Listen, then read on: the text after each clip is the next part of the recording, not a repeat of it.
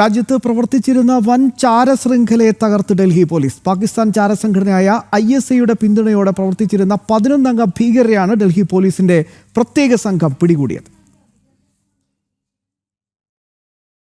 അത്യന്തം അപകടകരമായ ചാരശൃംഖലയെയാണ് Delhi police special cell തകർത്തത്. അതിർത്തി സംസ്ഥാനങ്ങളിലെ സൈനിക നീക്കങ്ങളും പ്രതിരോധ സംവിധാനങ്ങളും ചോർത്താൻ ISI രൂപീകരിച്ച മൊഡ്യൂളിലെ 11 ഭീകരരെ അറസ്റ്റ് ചെയ്തു. സാധാരണ ചാരപ്പണികളിൽ നിന്നും വ്യത്യസ്തമായി അത്യാധുനിക സാങ്കേതിക വിദ്യയാണ് ഇവർ ഉപയോഗിച്ചിരുന്നത്.